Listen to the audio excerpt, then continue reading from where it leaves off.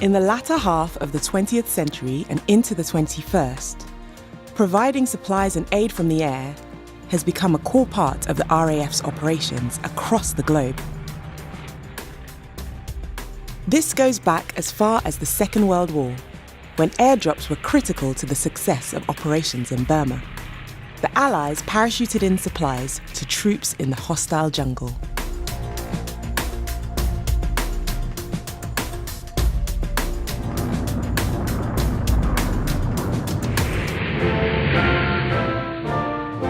Soon after the Second World War ended, the UK, along with the United States and France, was involved in another supply operation, this time on a massive scale. It started in 1948 when, as the Cold War intensified, the Soviet Union tried to cut off Berlin from the West. The Soviets started imposing travel restrictions on convoys coming in to Berlin, and this restriction on travel gradually escalated until it became a full blockade, and at that point the city was cut off. With Berlin in need of food and basic provisions, the Western Allies realised that the only solution was to fly in supplies by air. This operation was called the Berlin Airlift. An airlift on that scale had never been attempted, and not even the Americans were sure they could achieve it. Just to keep the people fed, they needed over 1,500 tons of food supplies delivered on a daily basis, and they needed a further 3,500 tons of coal and fuel delivered each day just to keep the 2 million Berliners going. Initially, it was difficult to fly in such huge amounts of aid and to coordinate so many aircraft. But over time, the Western Allies built up their capabilities. By Easter 1949, the airlift had become a well-practiced, highly efficient operation on a grand scale. Night and day, week after week, it was a case of more planes, more food, more raw materials.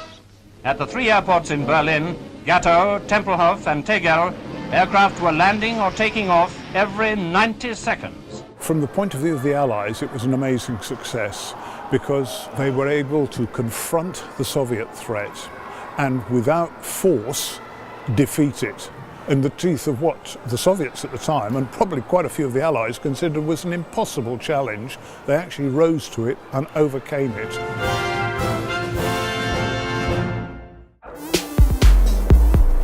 Since the Second World War, the RAF has continued to operate with an international remit. Alongside British governmental commitments to NATO and the United Nations, it has provided aid in times of humanitarian crisis. With its large transport aircraft, it can fly in supplies and support to anywhere in the world. Well, this is the Lockheed C-130 Hercules, and it was very popular in NATO air forces, and it pretty much came out of the experience of early Cold War of needing to transport stuff around the place into Indochina and of course into Berlin. This was a huge aircraft, and it could carry 120 troops or several vehicles or tons of freight, but its real ability to go into rough airstrips, unprepared strips, and to go into odd places in theatre meant that it was ideal not only for supporting troops in the field, but it could also be used in disaster relief. Sometimes it can deliver goods where there are no airfields as a means of getting stuff out the back, either by parachute or by just pushing it off the ramp without even landing. Today, the RAF's ability to respond to natural and man-made humanitarian crises and assist those in need in conflict zones continues to be part of the UK's role in international affairs.